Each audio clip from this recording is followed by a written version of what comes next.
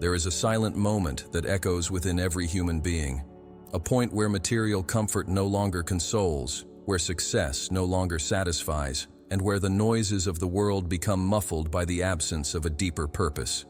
It is in this unsettling void that the journey of the soul begins. Since the earliest civilizations, this restlessness has been present. In ancient myths, philosophical writings, and spiritual traditions, the unending question echoes: why are we here? This is not an intellectual doubt, but a visceral need. Something within us demands meaning, cries out for purpose, begs for direction. And this longing is not weakness, it is the divine call itself. Throughout history, great seekers have answered this call in unique ways. Siddhartha Gautama left his palace and plunged into the forest to understand human suffering. Socrates walked the streets of Athens, provoking reflections on what it means to live a good life. Viktor Frankl, even within the horrors of a concentration camp, discovered that a human being can endure almost anything, except the absence of meaning. Each, in their own way, confronted the void and understood that, behind the pain of existence, there is a hidden intelligence, a geometry of the soul carving meaning out of chaos. It's not uncommon for this call to appear at the most unexpected moments. Sometimes it shows up after a major loss, other times at the height of an achievement. Interestingly, it doesn't respect time, age, or status. It crosses all borders and appears as a subtle discomfort or a screaming abyss. It presents itself when we look in the mirror and feel that something is out of place, even when everything seems right. This is the first sign of the architecture of the soul revealing its presence. It's when the invisible starts to pressure the visible to align with a greater truth. This search, which many try to silence with distractions, is in fact the gateway to the most grand discovery we can make, that of who we truly are beyond the flesh, the name, and the personal history. When we stop running and decide to investigate this longing, we come face to face with a disconcerting revelation. We are not human beings in search of spiritual experiences, but rather eternal consciousnesses having a brief human experience. This shift in perspective changes everything. The world ceases to be a labyrinth of random sufferings and becomes a carefully structured learning field. The human experience, with all its complexities, is a mirror where the soul recognizes itself. Pain is not punishment, but a tool. Love is not just an emotion, but a sacred language. The encounters, the losses, the cycles, everything fits within an invisible order, which, when perceived, brings such a deep meaning that not even death seems an end. When we understand that our existence has a higher intention, our view of life changes completely. The ordinary becomes extraordinary. The routine starts to contain revelations. Suffering transforms into refinement. Modernity, with its speed and excess of stimuli, tries to suppress this call, but it remains there, silently pulsating in every heart. Social networks, digital distractions, and consumerism are merely palliatives for a pain that can only be healed with purpose. And the more we try to avoid this confrontation, the more intensely it manifests itself. Illnesses, crises, emotional breakdowns, all can be a sign that the soul is demanding attention. To ignore it is to live fragmented. To listen to it is to align with something that transcends us. The big mistake is to believe that this call is reserved for monks, sages, or enlightened ones. The truth is that it dwells within every human being. It's democratic, universal, and non-transferable. And what's most interesting, it doesn't demand perfection. It asks for presence. It doesn't require sanctity. It invites consciousness. And by accepting this call, we take the first step towards an interior architecture that's already in progress, but which can now be consciously shaped. The soul, like an invisible architect, begins to reveal its plans when the ego quiets down. It is at this point that we understand that the meaning of life is not something to be found outside, but something to be recognized within. The external world is merely a reflection of our internal construction. Our perceptions, reactions, expectations, and pains are living parts of this project. It's not about creating a new self, but remembering who we are beneath all the layers. And the deeper we look within, the more clearly we see that everything, absolutely everything, is interconnected in a web of meaning so vast that the rational mind cannot comprehend, but the soul recognizes. The call of the soul, no matter how painful, is always a disguised gift. It invites us to abandon the surface and dive into deeper waters. It destroys the false so that the true can emerge. It does not come to punish us, but to set us free. And by answering it, we initiate an existential reconstruction. Brick by brick, emotion by emotion, choice by choice, we build a new inner dwelling. A house where we can finally live in peace, with meaning, with truth. A house where the divine meets the human. Therefore, resisting this call is to remain trapped in an invisible prison, but embracing it opens the doors to expansion. And no matter where we are on the journey, there's always time to answer the call, even in pain, even in confusion, even in doubt. The soul never stops calling us, and when we finally stop to listen to it, we discover that it not only invites us, but has already prepared the way. The map has always been within. The purpose was never lost, and the emptiness, in truth, was the space where the sacred wanted to be born. Now that we've opened this door and started to hear the invisible call, a new horizon presents itself before us. A fertile field where the soul can plant its wisdom, expand its consciousness, and begin to manifest its true structure. And in this process, everything that seemed disjointed begins to make sense. Because when the soul awakens, it not only illuminates the path, it transforms the journey itself. Behind every beat of the human heart, there is an intelligence that pulses with purpose. It is not random nor mechanical. It is a living conscious force that organizes, directs, and sustains the soul's journey with a precision that eludes ordinary understanding. The architecture of the soul is more than a spiritual metaphor. It is a vibrational reality, structured by universal laws and designed on invisible planes that determines every detail of the incarnate experience. Just as an architect designs a house with foundation, form, and function, the soul manifests its path through a sacred blueprint, a divine plan that organizes the paths of consciousness throughout existence. This project is not born with the body but precedes it. It is designed before incarnation, at a high level of consciousness, where the soul, in partnership with superior forces, selects experiences, learnings, bonds, and even challenges that will shape its evolution. Each person, each pain, each ecstasy, each obstacle arises within an organized, coherent field, which obeys a spiritual logic far beyond chance. There is no mistake in this design. There is intention, there is calculation, there is a sublime engineering shaping the backstage of visible reality. That's why, even in the most chaotic circumstances, there are lessons being drawn and souls being awakened. Upon understanding this sacred plant, it becomes evident that we are not victims of life. We are co-authors of it. Destiny is not a fixed script, but a fluid architecture that responds to the choices of free will within a larger learning structure. The soul's design does not eliminate freedom, it directs it. Just like a river has banks that define its course, life has boundaries and directions outlined by the spiritual plan. But within these boundaries, there is room to create, modify, accelerate, or delay awakening.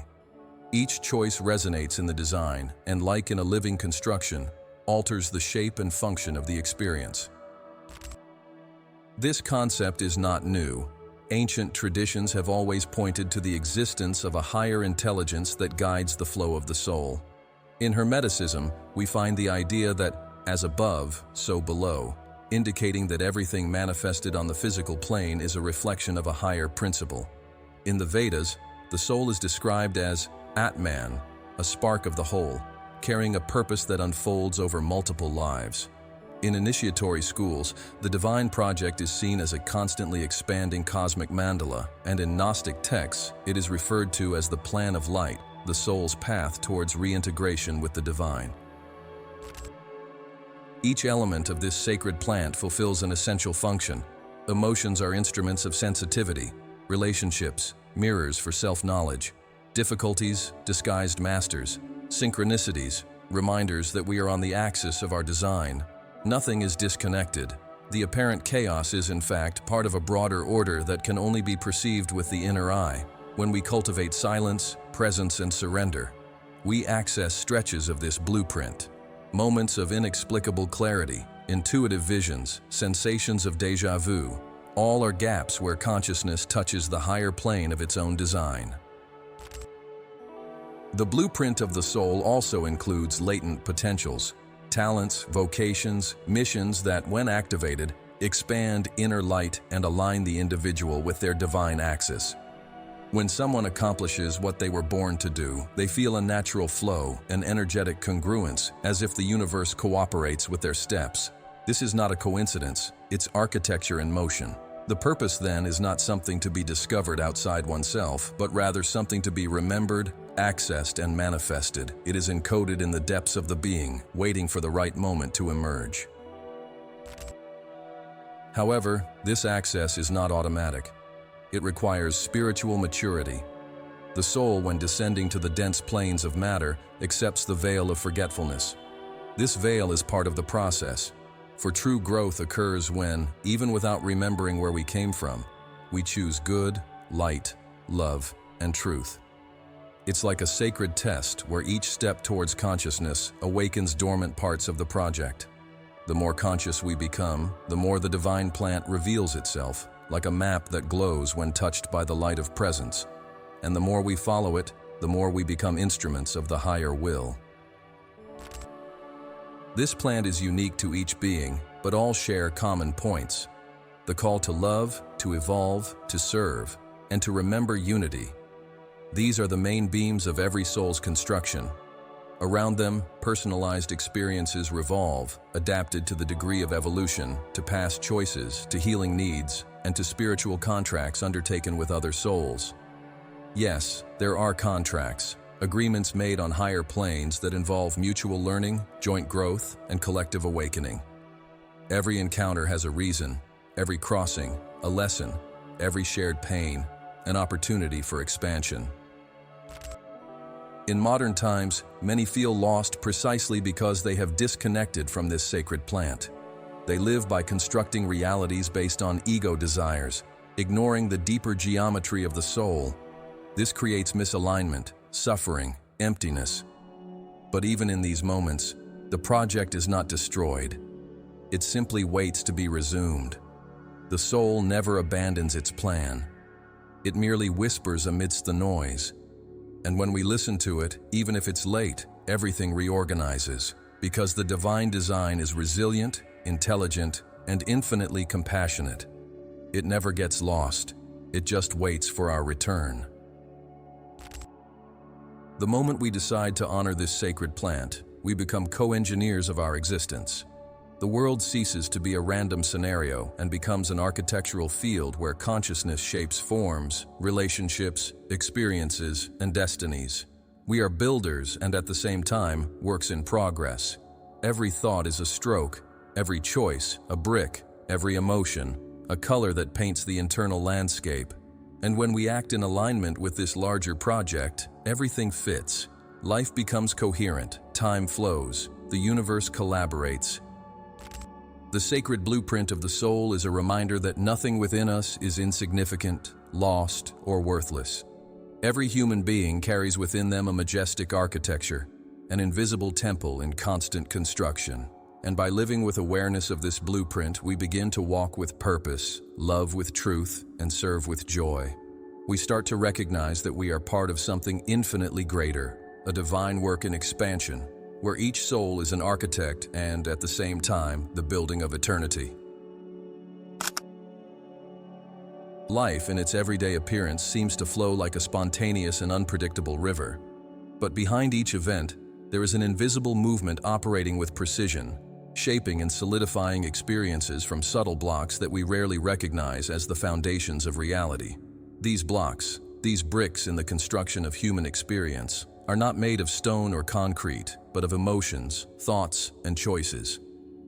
Each lived moment is a direct reflection of internal decisions, which sculpt the external scenario as a detailed mirror of spiritual architecture in action. The emotions we feel, the decisions we make, and the intentions we project are the raw materials of our concrete reality, shaping a landscape that responds with exactness to the vibration of our consciousness.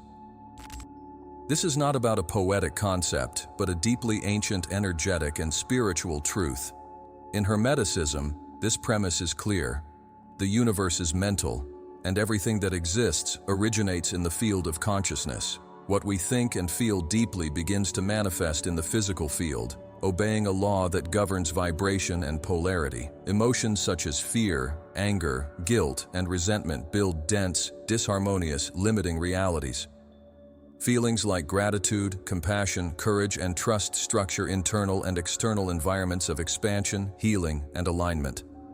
Each emotion is a brick with a specific density, and as we stack these vibrations over time, we build temples or prisons.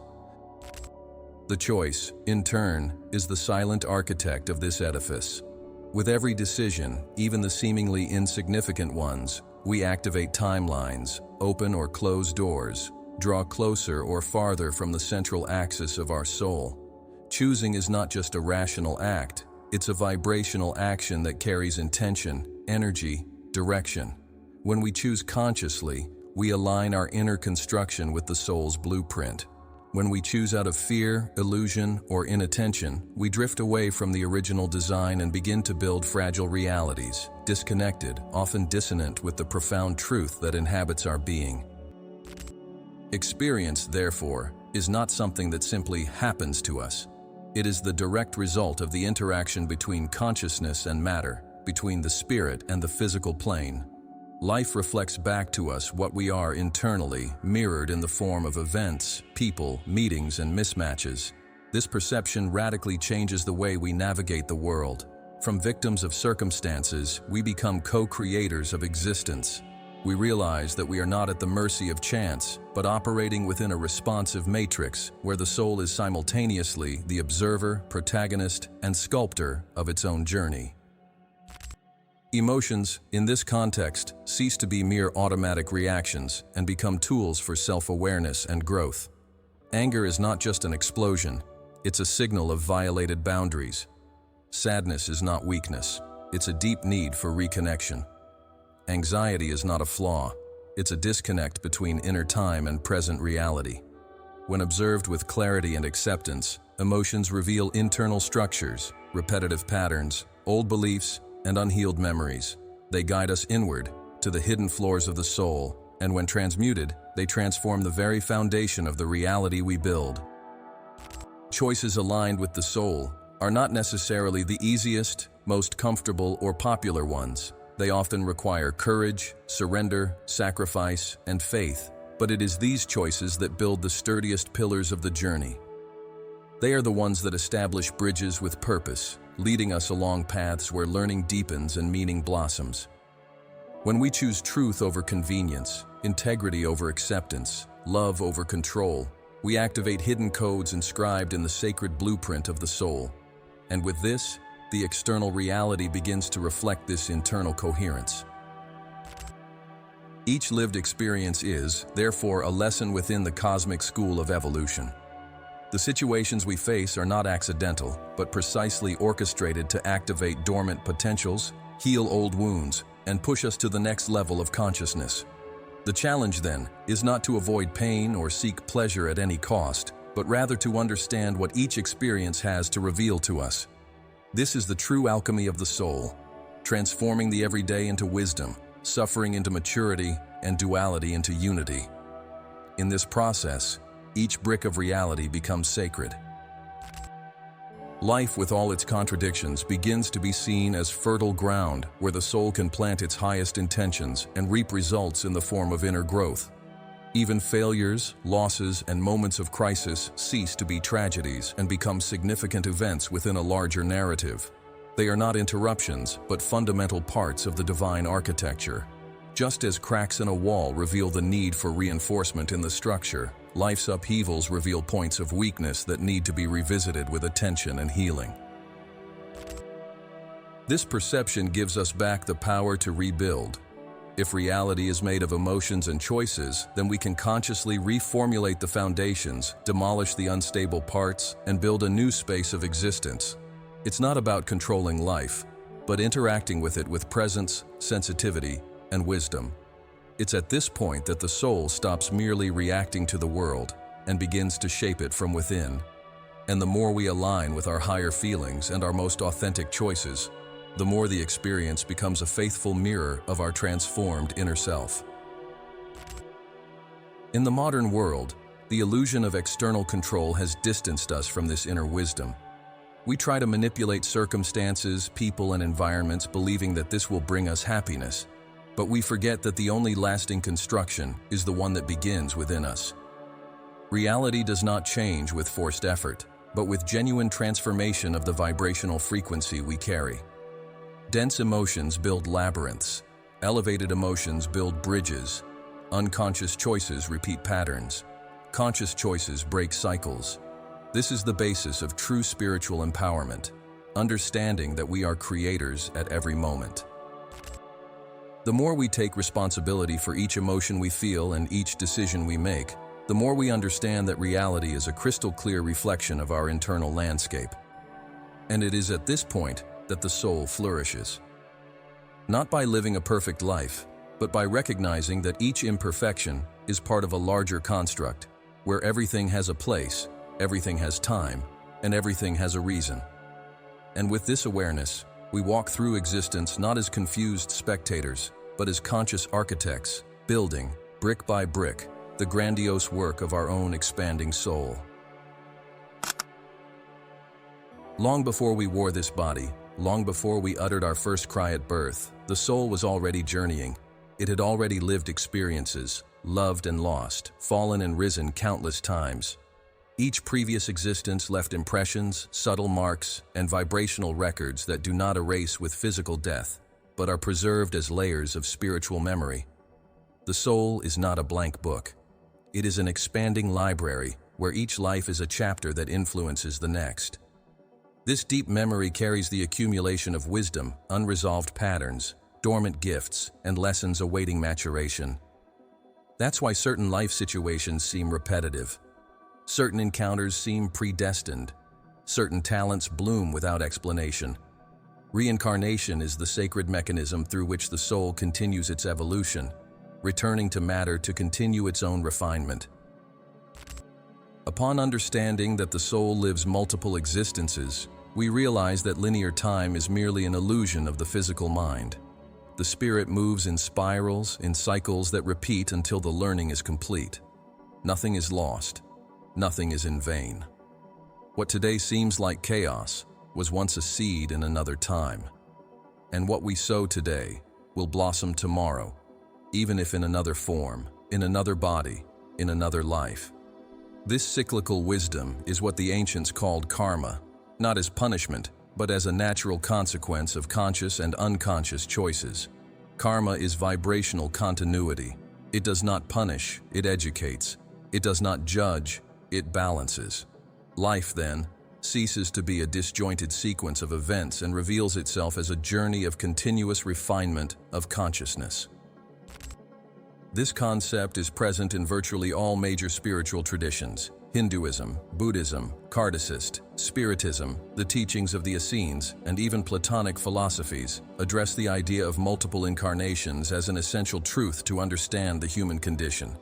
Plato spoke of the soul as something that returns to the body to complete unlearned lessons. Siddhartha Gautama, the Buddha, remembered hundreds of his past lives during his enlightenment. Allan Kardec, the codifier of Spiritism, made clear the evolutionary logic behind successive reincarnations as an educational process of the soul. Even in Christian scriptures, there are veiled passages that suggest the idea of return, erased by subsequent religious institutionalization. Reincarnation is not a modern belief, but an ancient reminder of the cyclical nature of the spirit. Within this perspective, human encounters acquire an even greater depth. People who enter our lives intensely, conflictually, or transformationally are rarely spiritual strangers. They are familiar souls with whom we have already shared paths, joys, or wounds in other journeys. Spiritual reunions are not romantic by definition. They are necessary. They often come to repair, forgive, complete. What was not resolved in a previous life returns with a new guise so that we can end the pending cycle. That's why certain relationships seem inexplicably intense. There is a memory that pulses beyond the flesh, crying out for resolution. The pains we carry today are often rooted in past lives as well. Fears with no clear origin, seemingly unfounded traumas, profound blockages that resist reason. all may have their seed planted in another existence. And when we access these memories through processes such as conscious regression, deep meditations, or altered states of perception, we can illuminate what was hidden and thus release the stagnant energy. The soul does not forget, it records. And every unhealed wound returns, not to punish us, but to liberate us. Because real healing is timeless. It happens when the cycle is understood and the lesson is finally incorporated. Karma, when misunderstood, is feared. But when understood as a tool of wisdom, it becomes a loving guide. It shows us where we are unbalanced, where we still react instead of consciously choosing, where we still carry burdens that no longer belong to us. And the most beautiful aspect of this law is that, while it records causes and effects, it also constantly offers us the opportunity for transmutation. Conscious love, genuine repentance, compassionate action have the power to rewrite karmic paths. The soul is not bound to a fixed destiny. It has the power to transcend what it has created itself. Each new incarnation is a strategic gift. A new body, a new environment, a new family setting, all chosen based on the specific growth needs of the soul. The place where we are born, the parents we have, the challenges we face. None of this is random. They are essential pieces within a cosmic board where the soul plays with itself, in search of clarity. Sometimes we reincarnate to pay debts. Other times, to give love where there was once pain. In certain cycles, we are the wounded. In others, the healers. This alternation is not punishment. It's balance. It's the universe in its motion of fair harmony. The awareness of the reincarnation cycle invites us to live with more responsibility. Every action counts. Every word is a seed. Every choice generates echoes that reverberate beyond this existence. This perception does not paralyze, but awakens. When we understand that we are the authors of our destiny in multiple dimensions, we assume the role of co-creators with even more reverence. There's no point in waiting for external salvation. Liberation is an internal, constant process where each life is a page written with sacred ink. There are no lost lives. There are lessons that have not yet been fully understood, but all are in service of the soul's ascension. And at the same time as we follow our individual paths, we participate in collective cycles. Peoples, nations, entire cultures also have collective karmas. Wars, social injustices, large-scale cycles of pain reflect imbalances that transcend a single generation. And it is up to each of us, in our microcosm, to contribute with healing, awareness, and light to transform the collective. When we heal in ourselves a pattern that has been repeating for lives, we not only liberate ourselves but future generations and the vibrational field around us. The soul does not evolve alone. It is part of a living web where each thread resonates in the whole. The great gift of this understanding is that when looking at our lives through the eyes of the soul, despair dissolves. Hurrying loses its meaning. Comparison ceases to matter. Each being is at its exact point in the evolutionary spiral. Each pain is laden with hidden meaning.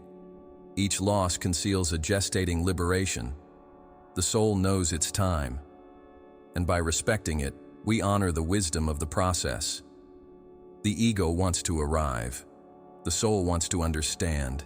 The ego wants to control. The soul wants to integrate. And it is in this surrender that we finally align ourselves with the divine architecture that, patiently and lovingly, builds our eternity through the infinite dance of birth, death, and rebirth. The reality we perceive with our physical senses represents only one floor among many in a vast and intricate cosmic building. The soul, being multidimensional by nature, is not limited to the physical plane. It manifests simultaneously at different frequencies, on various levels of reality, each with its own density, laws, and possibilities of perception. Just as a building has floors that serve distinct functions, foundations, intermediate floors, roof, the inner universe is also composed of subtle layers of existence, organized hierarchically, vibrationally, and consciously. These invisible floors are not just esoteric concepts, but real structures that support the complexity of human and spiritual experience. Each dimension represents a specific frequency of consciousness, and as the soul moves through these layers, it experiences varying degrees of separation and unity, suffering and enlightenment, limitation and freedom. At the densest level, such as the third dimension in which we live, time is linear, matter is solid, and duality is intense. In this plane, consciousness is conditioned to the physical body, the rational mind, reactive emotions, and the cycles of birth and death. It is the floor where most of human learning unfolds, for here is where the challenges are most concrete, the contrasts most vivid, and the tests most demanding. The soul, when incarnating on this plane, seeks to remember who it is amidst the deepest forgetfulness. However, above this level, there are other floors. Lighter, subtler, more conscious. In the fourth dimension, for example, time already bends, shapes become more malleable, and reality starts to respond more quickly to internal states. It is on this floor that thought forms, lucid dreams, archetypes, astral fields, and most spiritual contacts reside. It is a transition space, where the soul begins to understand the creative power of the mind and the immediate impact of emotion on form. Many spiritual phenomena, such as conscious projections, channelings, and visions, occur on this intermediate level, which serves as a bridge between dense matter and the higher planes of light. Moving up further, into the fifth dimension and beyond, consciousness no longer operates under the same laws of known physics. Here, time ceases to exist as a line and becomes a field, where past, present, and future coexist simultaneously. The separation between self and other begins to dissolve. Unconditional love ceases to be a concept and becomes the very fabric of reality. On this plane, the soul remembers its cosmic origin, its unity with all forms of life, its direct connection with the source. Beings vibrating on these dimensions no longer operate out of necessity, but out of service, compassion, and mission. They are the guides, the mentors, those who inspire those still walking on the lower floors of the cosmic building of existence. These levels of consciousness are not separated by walls, but by frequency. They coexist, interpenetrate, and mutually influence each other. A lofty thought can connect an incarnated soul to higher dimensions in an instant. A compassionate act can open a vibrational portal between planes. A deep trauma can trap someone in the sublevels of a dense reality. The key is vibration, and vibration is shaped by intention, presence, wisdom, and love. Therefore, even while physically living in the third dimension, we can tune our consciousness to the higher floors and, in doing so, completely transform our earthly experience. Consciousness maps, such as those proposed by David R. Hawkins, clearly illustrate this vibrational climb. In his scale, states like shame, guilt, and apathy vibrate well below 100, while courage marks the beginning of transformative power, around 200. Love vibrates around 500, and enlightenment above 700. These numbers are not merely symbolic, but indicate real levels of energy field, which affect not only the individual, but everything around them. When someone raises their vibration, they positively influence environments, people, and even situations. Higher consciousness is not an isolated state. It is a living force that reverberates through all planes. The soul evolves through the vibrational ladder, not by physical effort, but through inner refinement. Each lesson learned, each ego transcended, each forgiveness offered, elevates the soul to a new level. And when this elevation is consistent, the external reality responds with synchronicities, healing, clarity, and peace. Living on the higher floors does not mean abandoning the body or denying matter, but rather inhabiting the physical with the awareness of someone who knows they are temporarily on this level, fulfilling a purpose. It is possible to live on earth and vibrate in the dimensions of the spirit. This is, in fact, the mission of many who incarnate with the calling to anchor light, truth, and transformation on this plane. Ancient traditions were aware of these levels. In Egypt, they spoke of the 7 bodies of the being. In India, the 7 chakras were portals of consciousness that connected the physical to the divine. Shamanism describes journeys between upper, middle, and lower worlds. The Kabbalah points to the 10 Sephirot as steps from the manifestation of light to form. In all cultures, the invisible layers were present, with different names and images, but always representing the same truth. that reality is much larger than what the eyes can see. The soul traverses these layers, even when the personality is still bound to the limits of matter. Understanding and integrating this dimensional structure is essential for awakening. Knowing that we are more than just the body, that our consciousness operates on various levels, that we are constantly influencing and being influenced by subtle planes, removes us from the illusion of isolation. We begin to perceive that everything is interconnected, that each thought is a command, each emotion is an invitation, each choice is an access point to a specific level of existence, and the more aware we become of this dynamic, the more we can navigate existence with clarity, purpose, and inner power. The invisible floors of the soul are not distant. They are here now in vibrational layers that traverse this moment. They surround us, sustain us, observe us. The soul is not confined to just one floor. It is a traveler between planes, a living bridge between the eternal and the ephemeral. When we meditate, pray, love, serve, create, forgive, become silent, we are accessing these sacred spaces. And over time, we realize that true ascension is not an escape from Earth, but the ability to bring heaven into Earth, raising our frequency until all floors coexist in harmony within us. There comes an inevitable moment in the trajectory of every soul when the structure that once seemed solid begins to crumble. Certainties fade, relationships break down, the body falls ill, or the mind plunges into deafening silence. These are the so-called periods of existential collapse, which, at first glance, seem like punishments or misfortunes. But at their deepest core, are events surgically positioned by the soul's design to force a reconstruction more aligned with the higher purpose.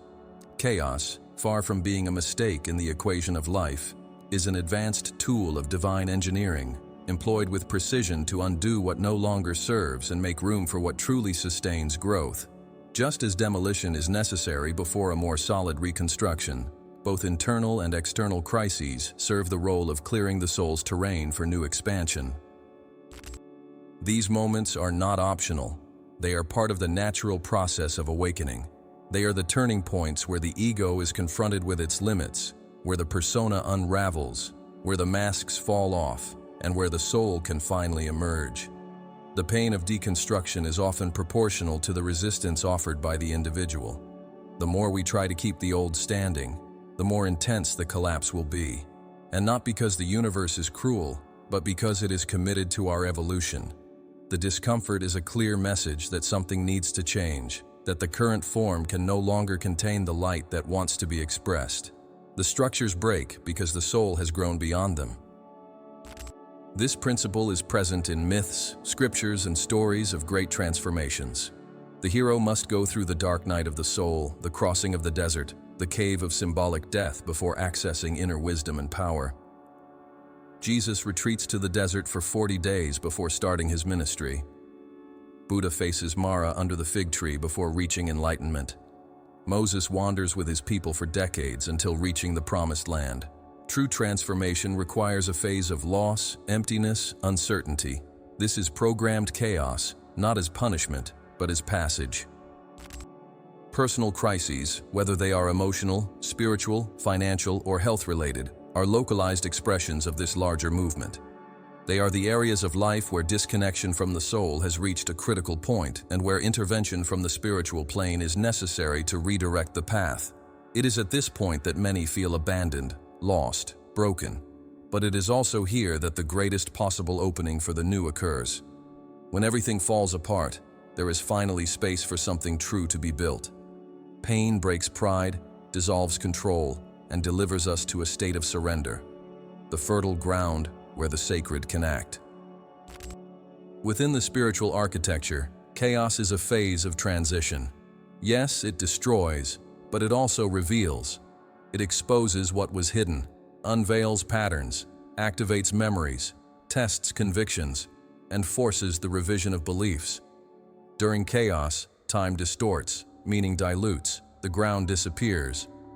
But in this apparent abyss, the soul is being shaped to bear more light, more truth, more responsibility. Chaos is not the end of construction. It's the beginning of a new level of internal architecture. It's the moment when the foundations of the ego give way for the soul to take over the work. Chaos engineering is highly precise. Each event, each loss, each disorientation is surgically positioned to hit specific points of the psyche, to unlock old traumas, to dissolve comfort zones that no longer serve the greater purpose. There is no waste. The suffering that presents itself has a function. It may seem unbearable, but it always contains a seed of resurrection. The ego sees death. The soul sees rebirth. And the more we understand this dynamic, the more we learn to navigate moments of pain with surrender, humility, and trust. During the crisis, many experience the silence of God, a sense of abandonment, emptiness, divine absence. But this silence is not a punishment. It is an invitation. It demands that we stop seeking externally what can only be found within. It's the moment when the soul needs to learn to trust in the unseen, to sustain its own light without external crutches. It's the gestation of a new version of the self, being formed in the dark, in the not knowing, in the not having, in the not controlling. True faith is born here, not as a belief, but as surrender. Trust in the greater plan is forged in the fire of loss, not in the comfort of stability. It is in these moments that the architecture of the soul reveals its grandeur. Even without understanding, even amidst pain, even in fear, the soul continues to uphold a higher plan. It does not give up, does not lose its way, does not falter. It is like an invisible structure that remains firm while the surface crumbles. And when finally the ego surrenders, when the individual ceases to fight against the fall, then the soul can begin the reconstruction. A new identity begins to emerge. A new consciousness forms. A new vibration begins to pulse. And with it, a new reality begins to form around. The crisis then reveals itself as a birth, painful, bloody, demanding, but deeply necessary for the emergence of a new being. And this new being is freer, wiser, more aligned with the Spirit's truth. It no longer builds itself on fear or illusion. It is built with the bricks of experience, the mortar of humility, and the pillars of self-knowledge. And the structure that emerges after the chaos is infinitely stronger, more flexible, more real. Because it was forged in pain, tempered in darkness, and blessed by the light that only comes after the collapse. Understanding the engineering of chaos gives us peace amidst the storms. We know that nothing is out of place, that every falling fragment makes room for a higher peace, that every void hides a new fulfillment, that every loss is, in truth, a liberation from something that was no longer compatible with our new frequency. The soul grows through collapse, the spirit strengthens in the crossing, and the new world that forms is always more coherent with the original design of consciousness. Chaos is a stern but fair master. It forces us to look inward, to reassess priorities, to detach from what is false, to die in order to be reborn. It shatters what is small so that the great may emerge. It removes what is fragile so that the unbreakable can be revealed. And when we understand it, we begin to honor it as a fundamental part of our process. Not as a curse, but as a disguised blessing. Deconstruction is the beginning of true construction.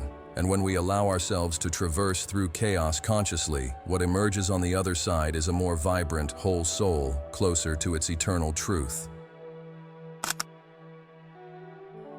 Long before modern civilizations erected their concrete cities and structures based on fragmented reason, there were cultures that understood, with profound reverence, the existence of a hidden intelligence that organized life on multiple levels. These ancient civilizations did not separate the spiritual from the material, the visible from the invisible, the earthly from the celestial. For them, the soul was the foundation of all construction, not only of the human being, but of the universe itself. Their spiritual leaders, initiates, and wise men were not just thinkers or religious figures, but true architects of the invisible, guardians of sacred codes that revealed the fundamentals of existence and the paths of the soul on its eternal journey. These codes were not merely symbolic or mythological. They were real, precise maps that connected the soul to the cosmos and explained how reality was shaped by vibration, intention, and alignment with the divine. On the banks of the Nile, The ancient Egyptians viewed the human being as a living temple. To them, the soul was composed of multiple aspects: the Ka, the Ba, the Ak, each with a specific function within the cosmic machinery of existence. The pyramids, far from being just tombs, were initiatory constructions designed based on sacred proportions that channeled celestial energies to align the incarnated spirit with its stellar origin. The Egyptian priests, inheritors of the wisdom of Thoth, the scribe of the gods, understood the mathematics of the soul, the cycles of rebirth, the vibrational portals of the heart. The Book of the Dead was, in fact, a guide for the soul's transition between dimensions, a manual of spiritual architecture beyond death. In Vedic India, the Upanishads and the Vedas described reality as Maya, a dense illusion that hides the true self, the Atman. But this veil was not a mistake, but rather part of the divine game, the Lila, where the incarnated soul experiences duality to one day remember its unity with Brahman, the All. Through the chakras, mantras, and yantras, the wise rishis mapped the body as an inner temple with energy portals, ascending roots of consciousness, and activation codes that allowed the soul to surpass the cycle of birth and death. Yoga, far from being just a physical practice, was originally a complete system of soul engineering designed to raise the vibration, purify the subtle centers, and realign the being with the eternal purpose. In the ancient Americas, the Mayans, Toltecs, and Incas understood time as a spiral, not linear, where the cycles of nature mirrored the internal cycles of the soul. The Mayan calendar was not just astronomical, but spiritual, mapping out the phases of collective and individual consciousness. Their pyramids were points of connection between dimensions, and their spiritual leaders, like the Toltec Nahuales, worked with dream consciousness, conscious death, and detachment from illusory identities as ways to transcend the confinement of the ego. For them, the true self was the Nagual, the formless energy, pure potentiality. Reality was shaped by attention and inner silence, and the soul was a constantly changing field, encoded by decisions, emotions, and intentional actions. Indigenous cultures, from north to south of the planet, also preserved ancient codes about the structure of existence. For Siberian, African, and Amazonian shamans, everything in nature was sacred because everything had a spirit. Plants, animals, the elements, all possessed consciousness and purpose. The body was the drum of the soul, and rituals were paths of reconnection with the archetypes of creation. Through the use of power plants, drums, chants, and visions, these people accessed the spiritual worlds with mastery, recognizing that the visible reality was just one among many veils of existence.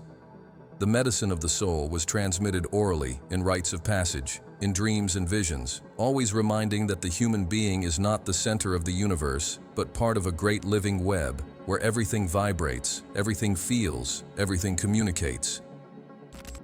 In Greek tradition, figures such as Pythagoras, Plato, and Hermes Trismegistus were transmitters of wisdom that surpassed mere philosophy. Pythagoras saw numbers as expressions of divine order. Each number had a frequency, a shape, a function in the universe. Plato spoke of the world of ideas, a perfect and eternal plane that shaped the imperfection of matter. Hermes Trismegistus, considered the father of Hermeticism, left teachings about the correspondences between planes, the mind as the creator of reality, and the secret of internal transmutation. His legacy influenced alchemists, mystics, and occultists for millennia, and his writings form the basis of a spiritual knowledge that treats the soul as an energetic structure that can be elevated, purified, and reintegrated into the whole. Even in the hidden traditions of the West, such as the Jewish Kabbalah, we find sophisticated codes about the architecture of the soul. The Sephirot, the 10 divine attributes, describe the paths through which divine consciousness manifests in creation and in the human soul. Each sphere is a stage of maturation, of integration, of elevation.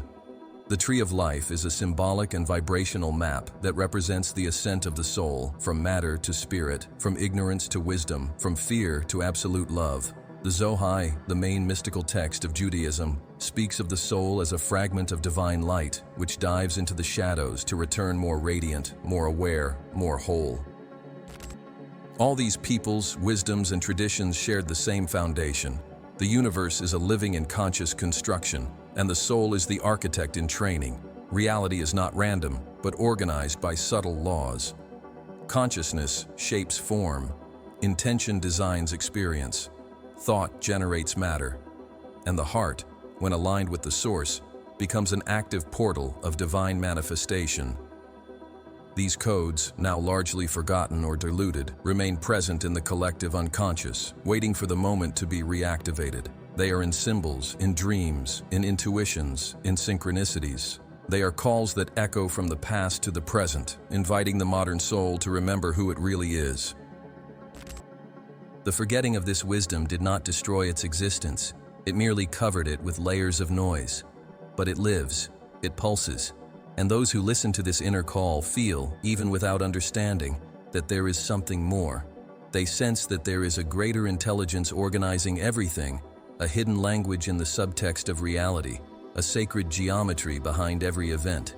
By studying these traditions, by practicing their teachings, by contemplating their symbols, the soul begins to decipher the codes it once knew but forgot. And in this recovery, the invisible becomes visible, and the old becomes new again. Reactivating these codes is not an act of spiritual nostalgia, but an evolutionary necessity. The disconnected modernity lacks soul, center, meaning. Ancient traditions offer more than mysticism. They provide structure, direction, root. They remind us that the sacred is not distant, but present in every detail. That humanity is not an accident, but a living expression of the cosmic order. And that the soul, by recalling its invisible architects, can once again erect its own structure with firmness, beauty, and purpose. The ancient codes did not remain in the past. They are the foundations of humanity's spiritual future. There are moments in the soul's journey when reality, as if for a brief second, reveals its hidden mechanism. Events that seemed disconnected fit together with millimetric precision. People appear at the exact right time, words are heard at the perfect instant, decisions are made with a clarity that cannot be rationally explained. These moments are not mere coincidences, they are synchronicities. They are like small windows that open between planes and allow consciousness to perceive the intelligent structure behind the experience. They are tangible evidence that life is not a heap of chances, but a living field of alignment and purpose, where everything is connected in a larger pattern that transcends linear time. Synchronicities are the silent language of the soul awakening to its own hidden design. Carl Jung, one of the first to name this phenomenon, understood that synchronicity is the simultaneous occurrence of two events linked by meaning, but not by cause. It's when the universe responds to the internal content of the soul with an equivalent external manifestation. There is no mechanical logic in this, there is vibrational resonance. Thought, feeling, intention create a magnetic field that attracts compatible experiences.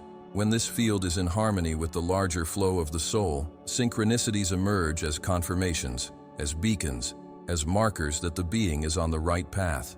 They are not just signs, they are structural pieces of the awakening process. The awakening of the soul does not occur in a single moment. It is a gradual, spiraling process, where layers of illusion are removed one by one, and the truth begins to emerge with certainty and clarity. And this process requires constant realignment. The structure of awakening is, therefore, dynamic. It adjusts as the being surrenders to the flow of truth. With each insight, each healing, each decision aligned with the higher self, new layers of reality become accessible. Consciousness expands, vision broadens, frequency elevates. And with this, the surrounding field also changes, attracting new experiences, new connections, new paths. The external world begins to reflect the new internal world that is being built. The synchronicities, then, become the thermometer of this alignment. When they intensify, it's a sign that the being is vibrating in harmony with the soul's greater plan. When they disappear, it's an invitation to self-observation. Where was their disconnection? Which part of the internal structure needs to be reviewed? Synchronicities are living compasses between the soul and the universe, revealing that reality is, in its essence, interactive. It responds to the consciousness that dwells within it. And when this consciousness is awake, events cease to be random and become coded messages, guides, subtle directions that lead the being towards its essential truth. Within this structure, alignment becomes the fundamental pillar. Alignment does not mean rigidity or perfection. It means coherence. Coherence between what one feels, what one thinks, what one says, and what one does. The awakened soul seeks to live this coherence at all levels. It is no longer satisfied with masks, with conventions, with external narratives. It desires truth. And this truth manifests itself in actions, choices, and attitudes that resonate with the soul's original frequency. To align oneself is to become whole.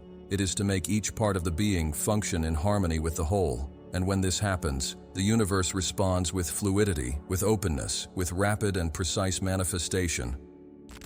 This alignment is not passive. It requires practice, attention, and presence.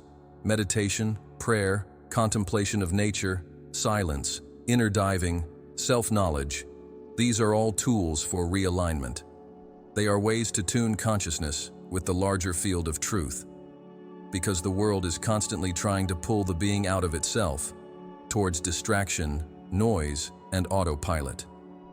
And awakening requires the exact opposite, a deep return to the center, to the axis, to the silence that speaks. It's in the center of being where the sacred structure of awakening resides. That's where synchronicities are born. That's where the new is organized. When the soul begins to live from this center place, it starts to perceive cycles more clearly. It begins to understand recurring patterns as opportunities for healing. It recognizes encounters as soul pacts. It views challenges as refinements. And above all, it begins to guide itself not anymore by the fragmented mind, but by intuition, this spiritual GPS that connects the being to the information field of the greater plane. Intuition is a function of the awakened soul. It does not need data, logic, or predictions. It knows. And when it is followed with courage, it leads to paths that the mind would never dare to imagine.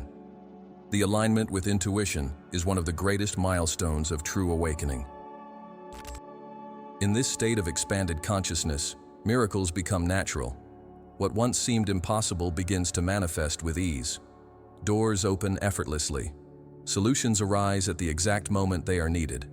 Words heal, encounters transform, decisions are made with inner confidence. Everything begins to vibrate with meaning. Everything has a reason, a time, a subtle perfection. The structure of awakening then reveals itself as a deeply intelligent process, orchestrated by a higher wisdom that even uses obstacles as essential parts of the construction. Nothing is discarded, everything is utilized. Even what seemed like a failure reveals itself as a precise cog in a larger plan. It's at this point that the soul realizes it's not alone, that there are invisible forces working in its favor, that there are guides, mentors, ancestors, archetypes, subtle energies collaborating behind the scenes so that awakening can fully occur. These forces do not impose, they do not interfere without permission, but they respond with intensity whenever the soul consciously chooses to evolve. And the more the soul opens up to this subtle collaboration, the stronger its structure becomes. Awakening ceases to be a solitary process and becomes a joint effort with the universe. The individual becomes a channel, a receptacle, a bridge between planes. Synchronicities, then, are seen as direct communications from these planes. A repeating number, a phrase heard multiple times, a song playing at the right moment, a dream that brings an answer. Nothing is random. Everything is language. The awakened soul learns to read this language with the heart, not the mind. It learns to decipher the signs with humility, without obsession. It learns to trust life as an ally, not a threat. And in this trust, fear loses strength, anxiety dissolves, the past ceases to imprison.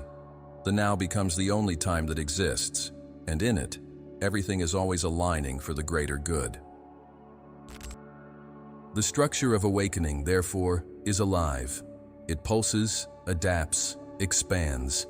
It's not a fixed model, but a dynamic organism that responds to the maturity of the soul. Each being has its own rhythm, its own shape, its own path, but all share the same direction: reconnection with the source, the return to the center, the reminder that we are light dressed in matter, consciousness in the process of reintegration with the whole. And when we understand this, when we feel this, when we live this, then awakening ceases to be a concept and becomes our new dwelling. And everything, absolutely everything, begins to blossom from this place of truth. The human soul, no matter how high it may rise, is never complete.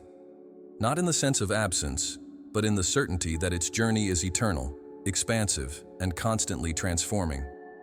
It is not an object to be molded until it reaches a final form, but a living, pulsating, organic field, unfolding into infinite layers of depth, light, wisdom, and complexity. Each existence, each incarnation, each experience represents not an endpoint, but a new stroke on the grand cosmic mural it is painting itself. The soul is an unfinished work because its nature is not static, but creative. It expands as it creates, learns as it suffers, reinvents itself as it loves. There is no ceiling to consciousness. There is no end to the beauty of those who allow themselves to evolve with surrender and reverence. This living art that the soul embodies does not follow fixed patterns. It dances between chaos and order, between silence and expression, between mystery and revelation. With each new cycle, it allows itself a new tone, a new texture, a new expression of its eternal essence. Unlike human works that strive for perfection as an endpoint, the soul is defined by creative impermanence. Its goal is not to be perfect, but whole, not to be definitive, but true. And this truth is mutable, for what is true for one level of consciousness becomes illusion for a higher one. Thus, the soul grows by abandoning old versions of itself. Each rebirth is a disguised death. Each new truth requires the abandonment of a previous certainty. It is in this constant flow that the soul finds its real freedom. When we look at the trajectory of our lives, we see traces of all the versions we have ever been. Child, youth, adult, warrior, victim, master, apprentice, seeker, rebel, servant. All these roles are brushstrokes that the soul has used to express facets of its being. None are disposable. All are necessary. All bring color, depth, and context to the great work that is being built. And even that which was error, pain, fall, or loss is seen as an essential part of the composition. The soul does not hide its flaws. It transforms them into beauty. Just like an artist includes cracks, shadows, and imperfections in his creation to give contrast and soul to the form, consciousness does the same with its experiences. The modern world, with its obsession for goals, results, and conclusions, tries to shape the soul into rigid molds, as if it could fit into a system of certifications, stages, or absolute levels. But the soul does not fit into labels. It cannot be tamed. Its essence is wild, free, infinite. It responds to the call of the unknown, to the impulse of spontaneous creation, to the desire for mystery. Every time we try to define the soul in absolute terms, we lose touch with its nature. True knowledge of the soul does not come from definition, but from contemplation. And to contemplate is to allow it to be what it is, in flux, in motion, in continuous expansion. That's why every soul is an open work. Even the most enlightened being is still in process. Masters, sages, guides, they are all also learners. All are being carved by divine love. All are allowing themselves new tones, new frequencies, new learnings. Evolution does not have an endpoint, only new beginnings. And this, far from being frustrating, is liberating, because it means there is always room for more. More love, more wisdom, more presence, more truth. It means that we will never be stagnant, that the soul does not retire, does not stop, does not die. It transmutes, deepens, expands. In the divine structure, there is neither haste nor delay. Each soul is exactly where it needs to be. And what matters is not how far one has advanced, but how much one has allowed themselves to be touched, transformed, shaped by the flow of higher consciousness. The soul that surrenders to the process with humility develops deeply, not because it rushes, but because it trusts. Not because it dominates, but because it feels. Not because it understands everything, but because it yields to the greater wisdom that resides beyond the mind. And this surrender is the greatest of creative acts. It is telling the universe, use me. Make me an instrument. Allow my existence to be an expression of your infinite art. It is in this spirit that the awakened soul begins to live, with the awareness that each step, each choice, each emotion experienced is a new brushstroke on the eternal canvas of its history. Nothing is small, nothing is useless, everything is utilized, everything is sacred, and this daily sacredness is what transforms ordinary life into ritual, into dance, into celebration. The waking up, the breathing, the looking, the loving, everything becomes part of a cosmic choreography where the soul dances with the invisible. There is no longer a separation between the spiritual and the earthly. The soul paints its work on matter, with simple gestures, with sincere attitudes, with full presence. The imperfection of the journey is not a cause for shame, but for honor, because it is in it that movement lies. It is it that ensures the soul continues to expand. Mistakes are not failures. They are part of the learning process. Pain is not punishment. It is part of the refinement. Doubt is not a sign of weakness. It is an invitation to delve deeper. Everything the soul experiences, it transforms into art. Even when it bleeds, it designs. Even when it falls, it sings. Even when it silences, it creates. Because its nature is eternal creation. The soul is an alchemist of time, a sculptor of the invisible, a painter of the eternal. And if the soul is a work in progress, then each life is a studio. Each experience, a tool. Each challenge, a sculpting instrument. The entire universe conspires to provide the soul with the necessary materials for its evolution. Sometimes subtly, other times forcefully. Sometimes sweetly, other times with disruption. But always with wisdom. Always with purpose. Always with love. Even when it doesn't seem so. Even when it hurts. Even when the meaning is hidden, the soul knows it is being worked on, and it allows itself to be clay in the hands of the divine. In this understanding, there is no rush to arrive, because the journey is the destination itself. There is no obsession with completion, because the beauty lies in continuing. There is no need to prove, because true art justifies itself. And that's what the soul is. A living, unfinished, divine work. A continuous expression of the creative intelligence that reveals itself, reinvents itself, and reflects in every step, every glance, every breath of those who live with awareness. The soul that recognizes itself as evolving art does not cling to the past, does not imprison itself in the future, but lives the now with reverence and freedom. And it's in this presence that it shines, expands, and becomes eternally new. Mind unfettered. Now it's up to you. What part of this journey spoke to your soul the most? Have you ever felt that your life was being guided by something greater, even without fully understanding why? Share with us in the comments. This isn't just about you. When you open up, other awakened souls recognize themselves, and together we co-create a space for conscious manifestation, where wisdom flows collectively and sacredly. And if you felt that something was triggered within you today, don't stop here. The next step in your expansion is right there, in the video, the Book of 33 Steps, the hidden map Jesus left for enlightenment. Click now and discover the 33 hidden steps left by Jesus for true spiritual awakening, a forgotten map, but never lost. Dive deeper. The journey continues. See you there, free soul.